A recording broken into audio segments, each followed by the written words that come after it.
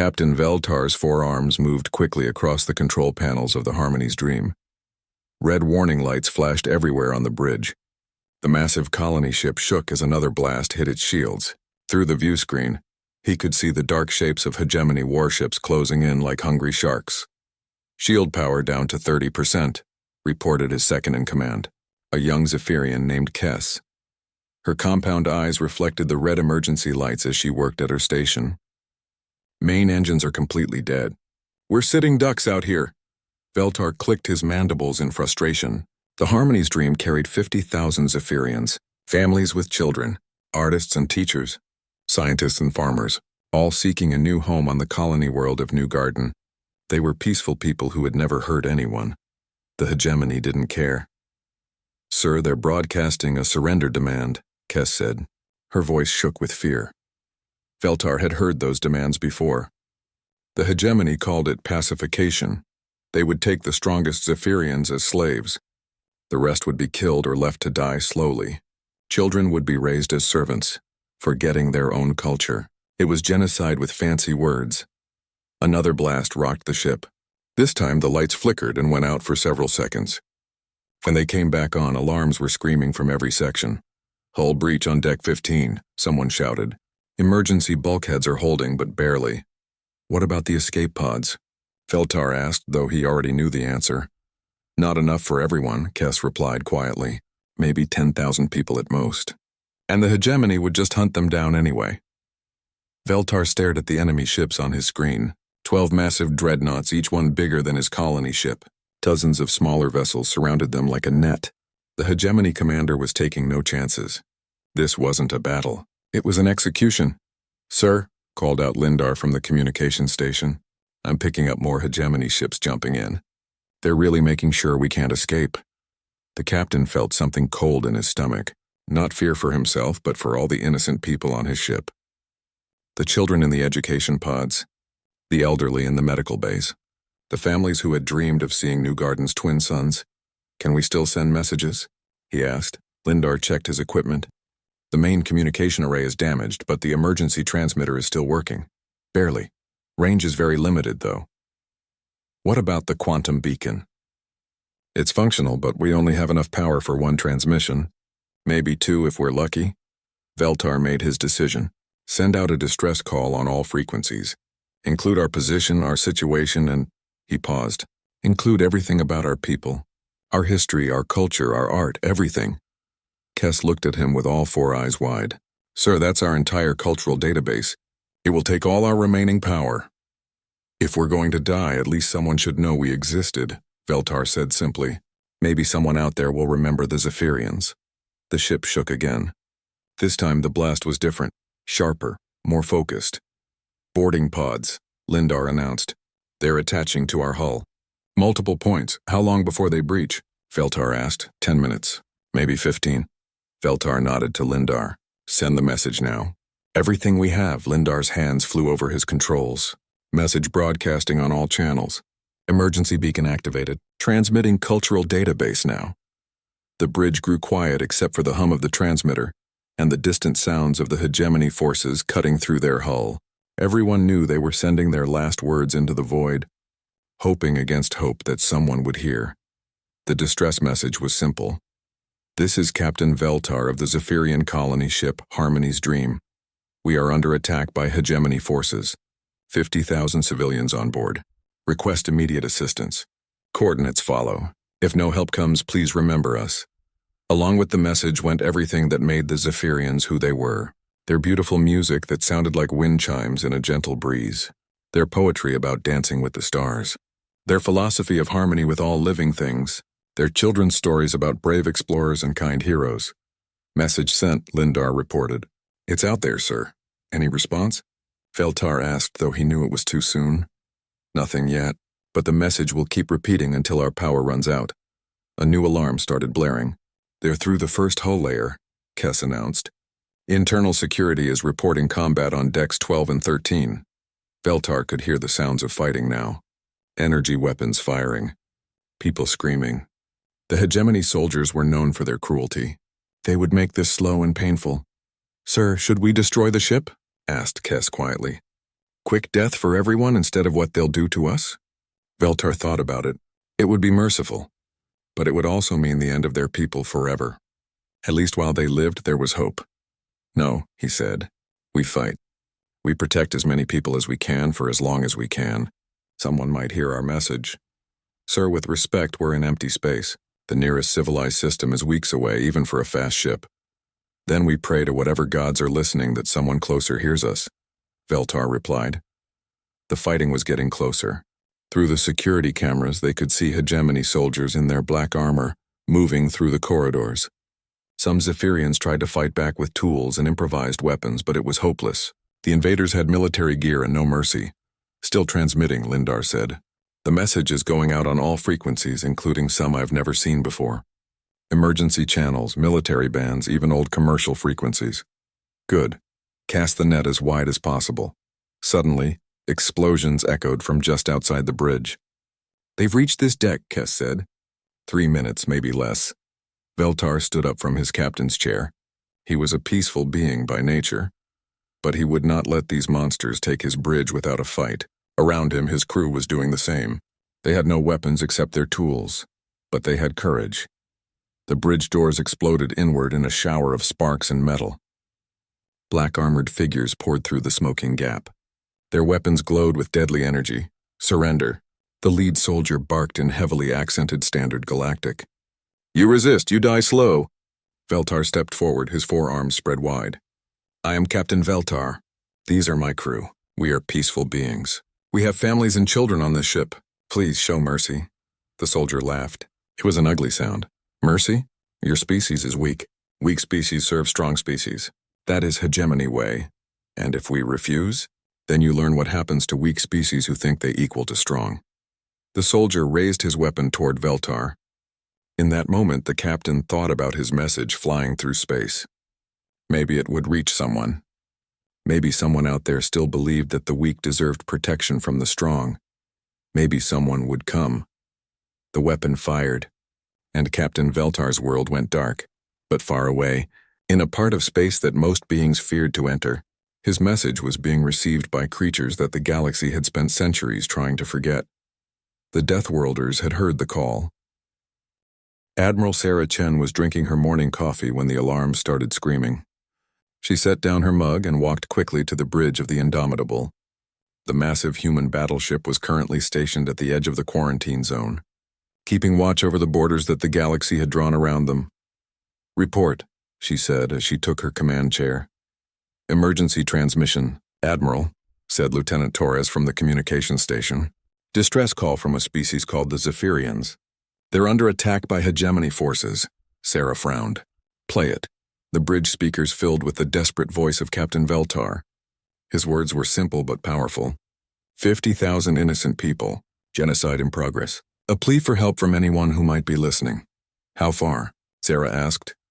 12 hours at maximum speed, replied her navigator, Commander Park. Sarah thought for a moment. 12 hours might be too long.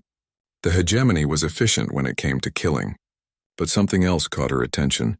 Torres analyzed that transmission. What frequencies was it broadcast on? The young officer worked at his station for a few minutes. Standard emergency channels, but also some restricted military bands. And Admiral, it went out on the old Deathworld network frequencies. Sarah raised an eyebrow. The Deathworld network was something that wasn't supposed to exist.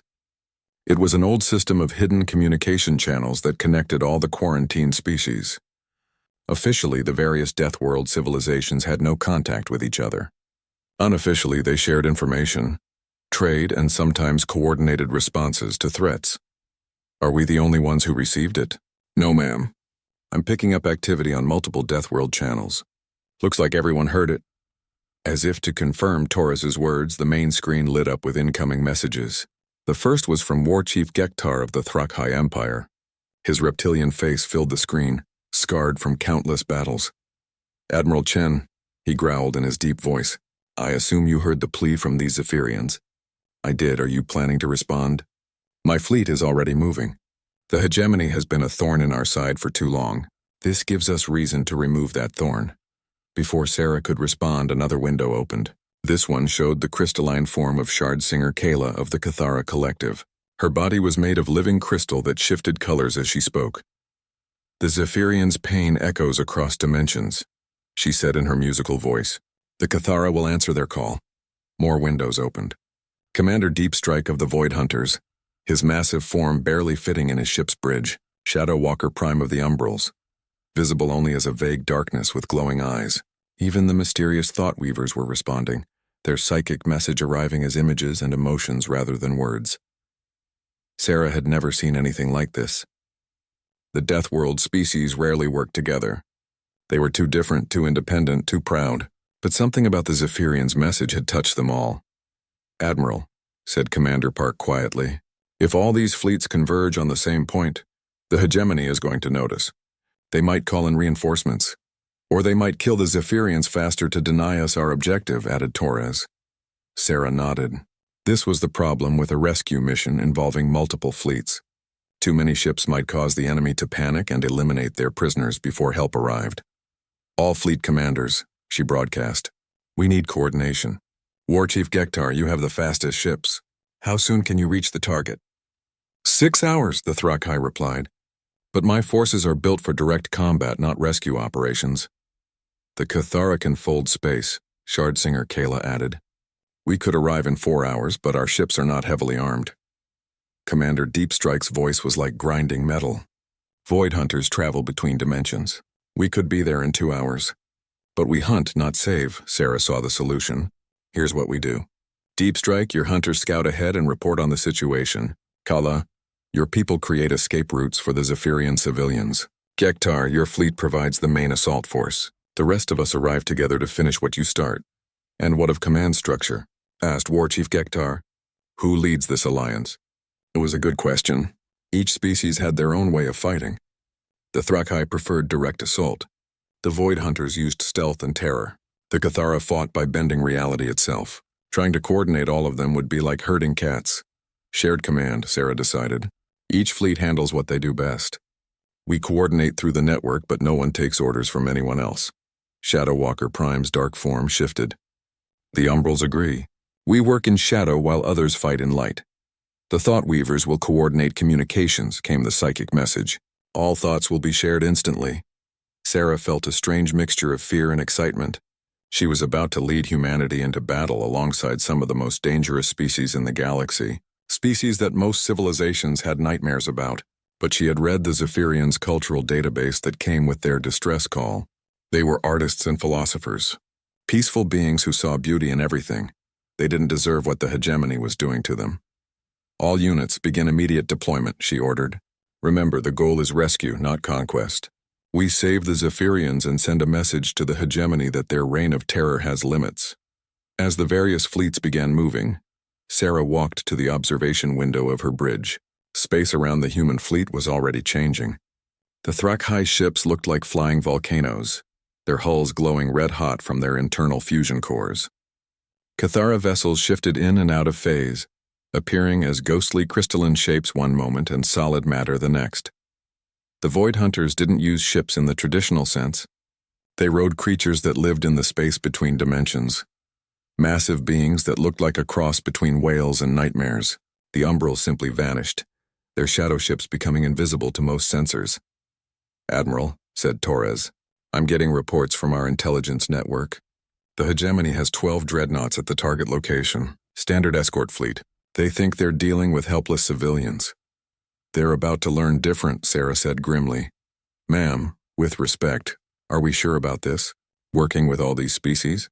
Some of them are, well, they're not exactly known for mercy." Sarah understood his concern.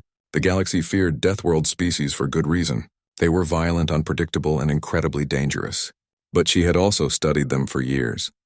Each species had their own code of honor, their own reasons for fighting. "Torres, what do you know about the Thrakai? They're savage warriors who live on a volcanic hell world. They're savage warriors who have never broken a treaty, and who consider protecting the weak to be the highest honor." "What about the Void Hunters?" Torres thought for a moment. "They hunt in the darkness between stars? They hunt predators, things that prey on helpless victims. The Cathara are refugees who lost their homeworld to an invasion. The Umbrals were nearly wiped out by a plague and know what genocide looks like." Sarah turned back to the window. Every single species responding to this call has one thing in common. They know what it's like to face extinction. They know what it means to fight for survival. And us? Torres asked. Sarah smiled grimly. We're humans. We're the species that looked at a galaxy full of advanced civilizations and said, "Hold my beer." We don't abandon people in need.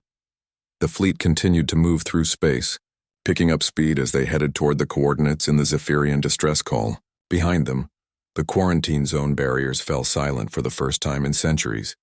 The Deathworlders were going to war, and the galaxy was about to remember why they had been locked away in the first place. Commander Thexan of the Hegemony 4th Fleet watched the final stages of the Zephyrian pacification from his command throne aboard the dreadnought, Dominant Will. His slug-like body was encased in biomechanical armor that kept him alive and enhanced his natural abilities. Through the ship's sensors, he could see his forces systematically processing the colony ship. Status report, he gurgled in his wet voice. 47,000 prisoners secured, reported his second-in-command. 3,000 eliminated during resistance suppression. Useful specimens identified and separated. The rest are being prepared for standard disposal. Thexan was pleased. The Zephyrians had proven even weaker than expected. Their technology was primitive. Their warriors fought with tools instead of proper weapons. Their leaders had begged for mercy instead of dying with honor. It was almost disappointing. Any response to their distress transmission? He asked. Negative, Commander. The message reached several systems, but no one is coming. As expected. That was how it always went. The galaxy was full of species that claimed to value peace and justice. But when faced with real conflict, they always found excuses to stay away. The Galactic Council would issue a statement condemning the hegemony's actions. There might even be economic sanctions. But no one would risk their own ships and soldiers for a bunch of unknown aliens. The weak deserved what happened to them. Commander, called out the sensor operator, I'm detecting some unusual readings at the edge of the system. Thexan's attention sharpened. Define unusual. Gravitational distortions. Multiple points. It looks like ships preparing to drop out of hyperspace, but the signatures are strange. How many ships? Impossible to tell, sir. The signatures don't match any known drive systems. Thexan wasn't worried. His fleet consisted of 12 massive dreadnoughts plus their escort vessels. Over 200 ships in total. Even if someone was foolish enough to respond to the Zephyrian distress call, they couldn't possibly match his firepower. All ships to battle stations as a precaution, he ordered. Continue processing the prisoners. The first sign of real trouble came when space itself seemed to rip apart at 3 different points around the system. The tiers in reality glowed with an eerie light as ships began emerging. But these weren't normal ships. Contact, shouted the sensor operator. Multiple vessels dropping out of... Wait, that's impossible. Report. Thexan snapped. Sir, these ships, some of them aren't using hyperspace. They're coming from somewhere else. Parallel dimensions. Folded space. I've never seen anything like it. On the main screen, Thexan could see the newcomers taking formation. Human vessels were easy to identify. Blocky, functional, covered in weapons and armor. But the others defied description. Thrakhai ships looked like flying mountains of metal and fire. Their hulls glowed red-hot from internal fusion reactors, and plasma was already building around their weapon ports. Cathara vessels shifted constantly, their crystalline forms phasing in and out of normal space like living ghosts. Then there were the things that weren't ships at all, massive creatures that swam through space as easily as fish through water. They had too many eyes, too many teeth, and they were heading straight for the Hegemony fleet. Commander, the communication officer said nervously. We're receiving a transmission. Put it through. The screen filled with a human face. A middle-aged woman with steel-gray eyes and the insignia of an admiral. Behind her, Thexan could see other beings moving around a high-tech bridge. Hegemony vessel. This is Admiral Sarah Chen of the Terran Defense Force. You are ordered to release your prisoners immediately and withdraw from this system. Thexan laughed, a wet, bubbling sound. Human, you are in violation of the quarantine accords. Return to your restricted space immediately or face the consequences. The quarantine accords don't apply when you're committing genocide, Chen replied calmly. You have 1 minute to begin releasing prisoners. I have 12 dreadnoughts, Thexan said. You have, what, a few dozen ships? I've crushed larger fleets than yours. Admiral Chen smiled, and it wasn't a pleasant expression. Commander, let me introduce you to my allies. The screen split to show multiple faces. A scarred reptilian warrior, a being made of living crystal, a creature of living shadow with glowing red eyes, others that Thexan couldn't even identify. These are representatives of the Deathworld Coalition, Chen continued. You may have heard of us. The galaxy locked us away because we were too dangerous to interact with civilized species. Thexan felt something cold in his stomach. He had heard stories about the Deathworld species. Rumors and legends told in hushed voices, beings so violent and unpredictable that the entire galactic community had voted to quarantine them. Deathworlders are myths, he said, but his voice lacked conviction. Your minute is up, Chen said simply. The attack began without warning. The Void Hunters struck first, their living mounts phasing through normal space to appear directly among the hegemony formation. They ignored shields and armor, biting through hull metal like it was soft cheese. Hegemony gunners found their weapons useless against enemies that could exist in multiple dimensions at once. Truck-high ships followed up with a barrage of plasma fire that turned the night sky into a blazing inferno. Their weapons didn't just damage enemy vessels, they made them burn from the inside out. Thexan watched in horror as one of his dreadnoughts simply melted, its hull turning to glowing slag. The Cathara attacked by changing the laws of physics around their targets. Hegemony ships found their engines working in reverse, their weapons firing backward, their life support systems pumping poison instead of air. Reality itself became their enemy. Human fighters swarmed through the chaos like angry wasps. They moved in perfect formation, their pilots pulling maneuvers that should have killed them from the gravitational stress. But humans from Deathworlds were built to survive things that would crush normal beings. Umbral ships appeared and disappeared like ghosts, striking from impossible angles.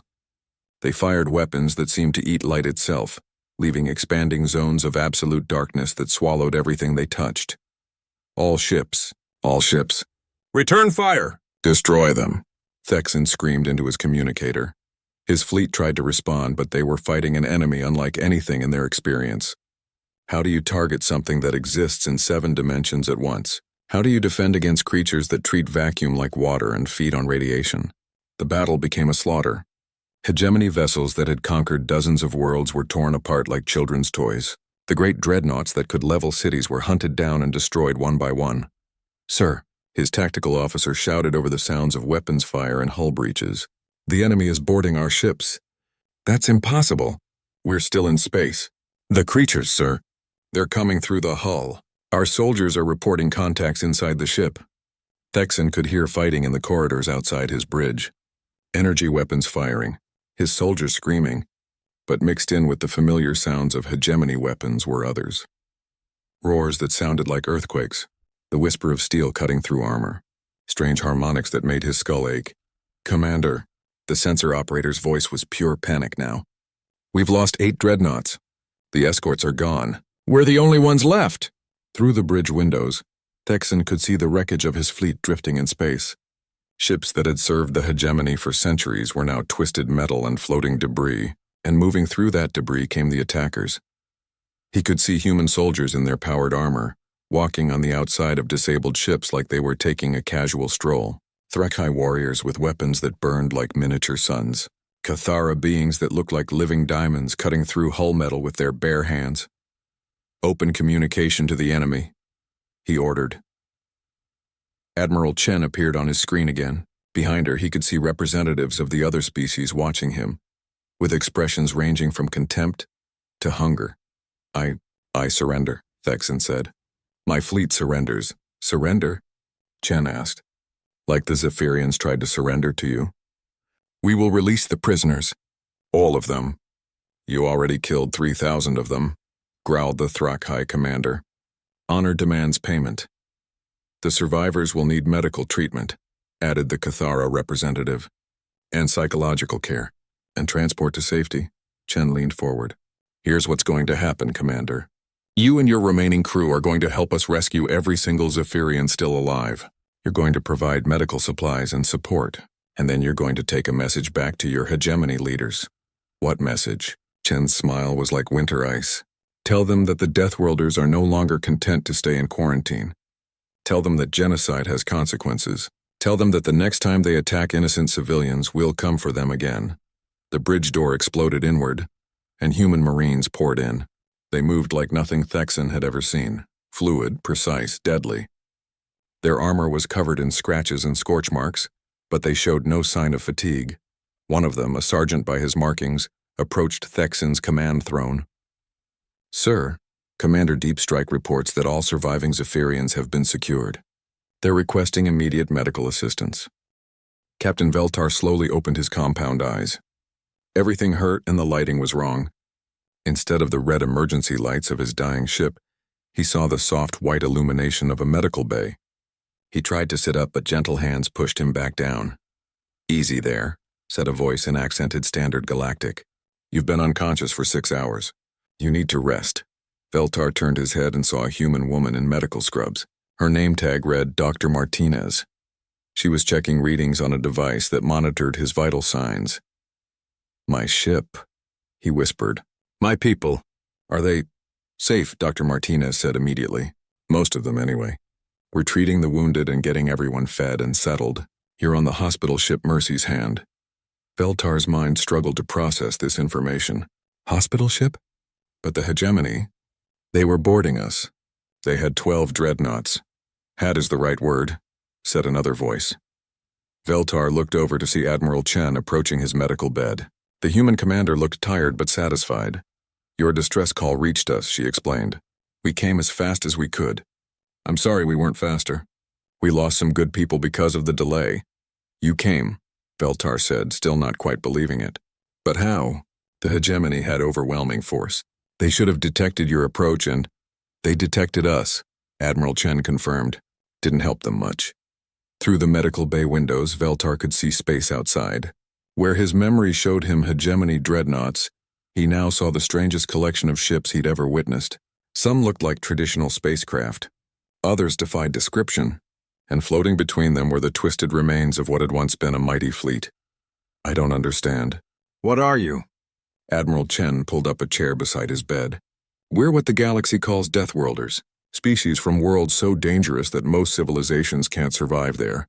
For the last few centuries, we've been kept in quarantine zones, separated from the rest of the galaxy. But you saved us. Why? The question seemed to surprise the Admiral. Because you needed saving. Because what the hegemony was doing to your people was wrong. Because that's what decent beings do for each other. Dr. Martinez finished her examination and made notes on her medical pad. Captain, physically you're going to be fine. Some burns, a concussion, but nothing that won't heal. However, I want to keep you under observation for another day. What about my crew? My passengers? We lost 3,000 people during the initial attack and boarding, Admiral Chen said gently. I'm sorry. We weren't fast enough to save them. Veltar felt grief wash over him, but also gratitude. 3,000 lives lost was a tragedy, but 47,000 saved was a miracle. The survivors are being cared for, Dr. Martinez added. We have medical teams from 6 different species working on the most seriously injured. The Cathar are using their crystal healing techniques on trauma patients. The Threkhai have donated some of their regeneration serums. Everyone's pitching in. 6 species? Veltar asked.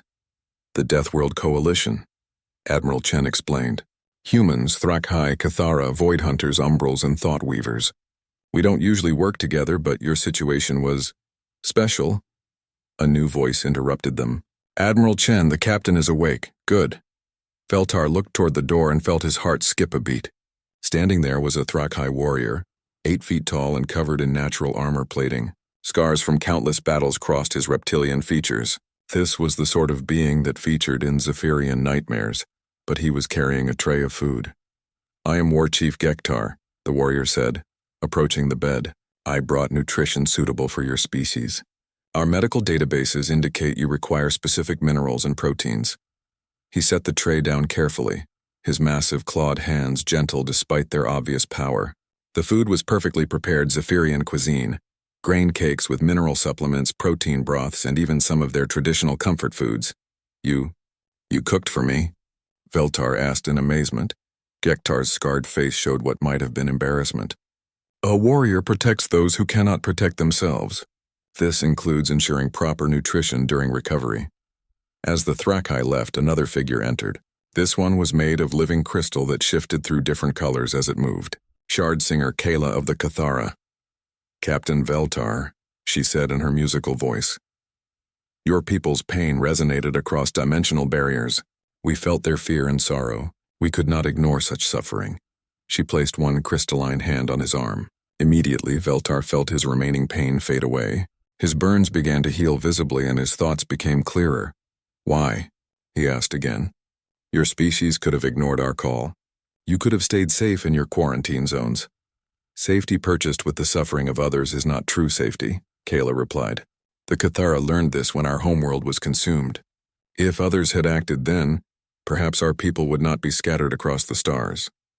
After she left, more visitors came. A void hunter who looked like a nightmare, but spoke with surprising gentleness about the rescue operations.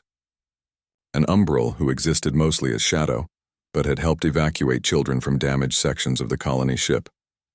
Even one of the mysterious thought weavers, who communicated in images and emotions rather than words. Each visitor brought the same message. They had come because it was the right thing to do. Later, when the medical bay was quiet, Admiral Chen returned. She looked more relaxed now, having shed her combat armor for a simple uniform. Captain, I wanted to talk to you about what happens next, she said. Next? Your people need a home. The colony world you were heading for, New Garden, it's still there, still waiting. We can escort you there safely. And the hegemony? They'll come back. They always come back. Admiral Chen's expression hardened. No, they won't. We made sure of that. She activated a portable holoscreen that showed recent news broadcasts from across the galaxy. Every major network was carrying the same story. The complete destruction of Hegemony Fourth Fleet by unknown forces. Survivor reports spoke of monsters from the quarantine zones and Deathworlds rising. The Hegemony leadership is in emergency session, Chen continued. 3 more fleets have been recalled from conquest missions to protect their core worlds. Dozens of their subject species are in open revolt, believing that help might finally come. You've started a war. No, Chen corrected. We've ended one. The Hegemony's war against innocent civilians. Now they'll have to think twice before attacking helpless colonies. Veltar thought about this. What about your quarantine? The galactic community won't be happy that you've left your restricted zones. Chen laughed, but it wasn't a happy sound. The galactic community put us in those zones because they were afraid of us. They thought we were too violent, too unpredictable. But when push came to shove, we're the ones who answered your call. We're the ones who risked everything to save strangers. She stood up and walked to the window, looking out at the mixed fleet of Deathworld vessels. The Galactic Council will condemn our actions, of course. They'll demand we return to quarantine, but they'll also sleep a little easier knowing that species like the Hegemony now have something to fear. And if they try to force you back, Admiral Chen turned back to him and her smile was sharp as a blade. Captain, we just destroyed the most powerful military force in this sector in 37 minutes.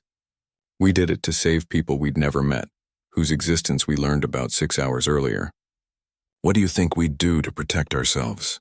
The implication was clear. The Deathworld species had been content to stay in their quarantine zones as long as they were left alone.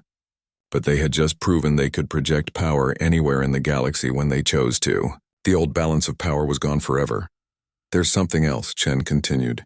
Your people's cultural database that you transmitted with your distress call. We've all read it.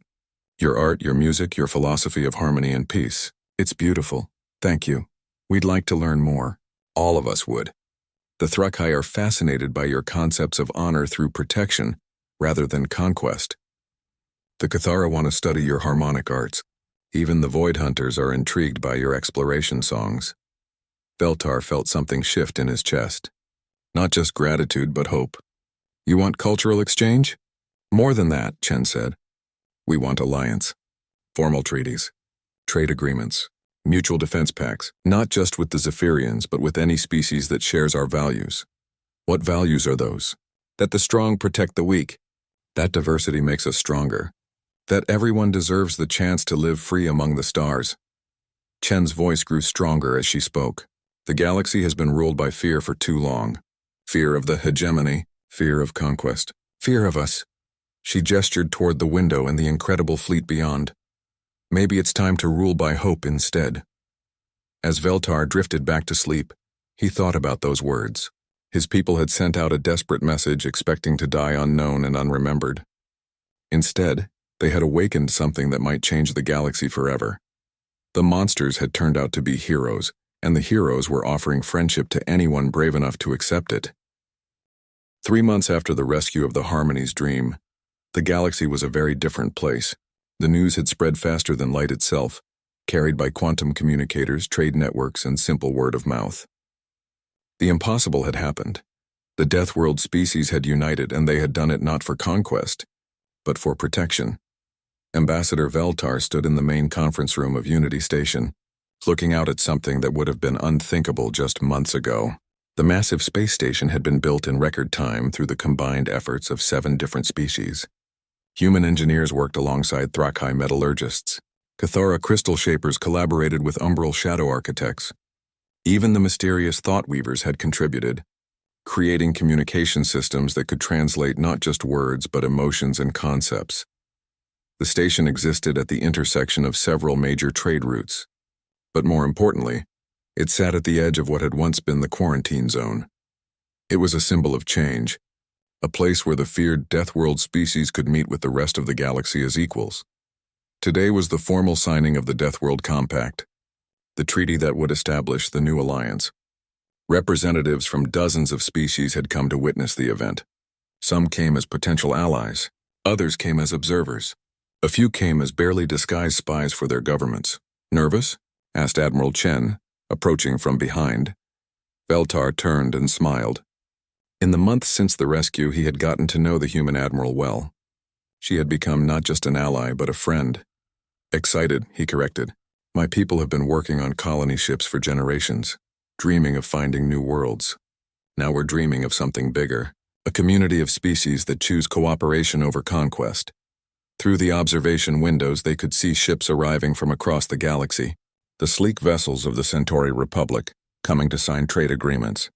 The bioships of the Gardner Collective, seeking protection for their mobile forest worlds. Even a few vessels flying the colors of former hegemony subject species, now free to make their own choices. Any word from the Galactic Council? Veltar asked. Chen's expression darkened slightly. They're displeased. The official statement condemned our violation of established boundaries and demanded we return to our quarantine zones. And the unofficial response?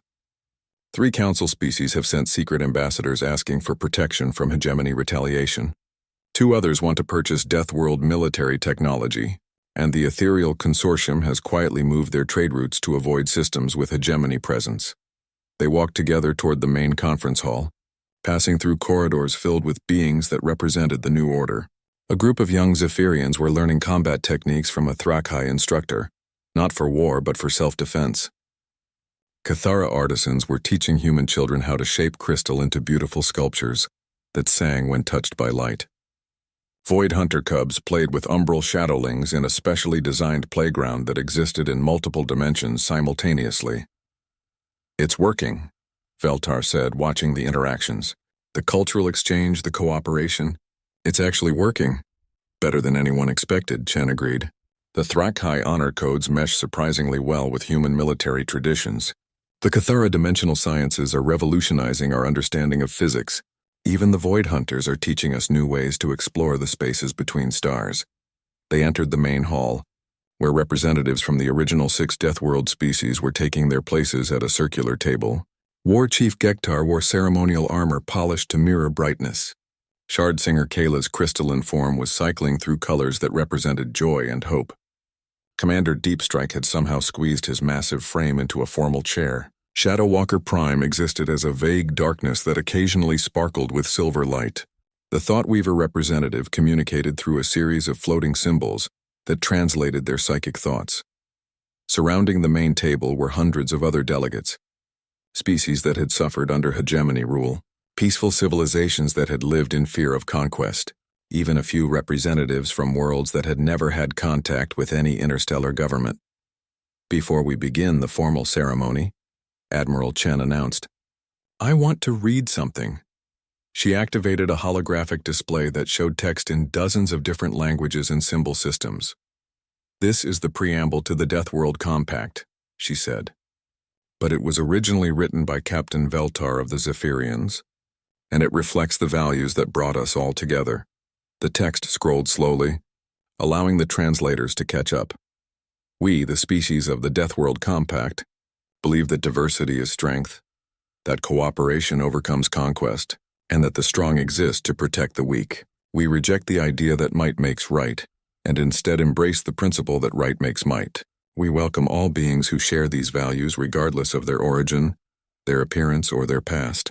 We offer our protection to those who cannot protect themselves, our knowledge to those who seek to learn, and our friendship to those who offer it freely in return. As the words appeared in each species' native script, Veltar felt a mixture of pride and humility. These simple concepts, born from his people's philosophy of harmony, had become the foundation for something that might reshape galactic civilization. The formal signing will now begin, announced the Thought Weaver representative, their psychic voice carried by the station's translation systems. One by one, the representatives of each species added their agreement to the treaty. The humans signed with flowing script. The Thrakai carved their names into metal plates with claws that burned like stars. The Cathara sang their commitment into crystalline memory cores. The Void Hunters marked the document with bioluminescent ink that glowed in dimensions beyond normal sight. As each signature was added, Veltar thought about how far they had all come. The species that the galaxy had feared most had become its greatest hope for peace and justice. But the real surprise came when the formal signings were complete. Ambassador Lythe of the Centauri Republic stood up from the observers section. The Centauri Republic requests permission to sign the compact, she announced. A murmur ran through the hall.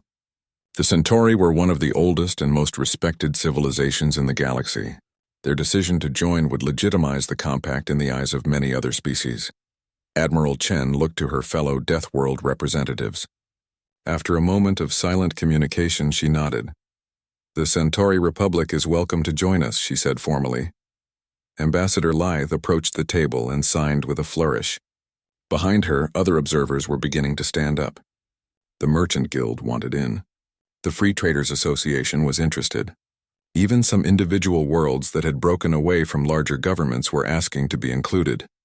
By the end of the ceremony, 47 different species and political entities had signed the compact. The Deathworld Alliance had become something much larger, a genuine alternative to the traditional power structures that had dominated the galaxy. Later, after the crowds had dispersed and the ceremonies were over, the original 6 Deathworld representatives gathered in a smaller conference room. They were no longer just allies of convenience but partners in building a new future. Status reports, Admiral Chen requested. War Chief Gektar spoke first. 17 former hegemony subject worlds have requested protection. My fleets are establishing defensive positions in their systems. So far, the hegemony has not tested our resolve. The Cathara have begun sharing dimensional technology with our new allies. Shard Singer Kala added. Trade routes that once took months now take weeks. Communication delays are being eliminated. The galaxy is becoming smaller and more connected. Commander Deep Strike's report was characteristically brief. Hegemony expansion has stopped. Their fleets remain in defensive positions around core worlds. The hunt has ended. Shadowwalker Prime flickered between visible and invisible. Umbral intelligence networks report growing unrest in hegemony territory. Subject species are demanding freedom. Some are achieving it without outside intervention. The Thought Weaver's response came as a series of images and emotions. Hope spreading like ripples across water. Fear dissolving into understanding. The future bright with possibilities. And humanity? Asked Veltar. Admiral Chen smiled.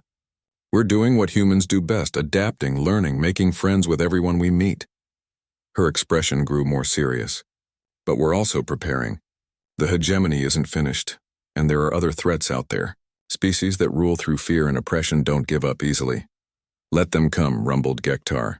They will face not just one Deathworld species, but all of us united. Plus our new allies, Kayla added. The Centauri alone have considerable military resources, and more species are joining every day. Veltar walked back to the observation windows looking out at the ships surrounding Unity Station. Some were leaving, carrying news of the compact to distant worlds. Others were arriving, bringing new members and new possibilities. In the distance, he could see the construction of a new type of vessel. It was being built jointly by all 6 Deathworld species, incorporating the best of each civilization's technology.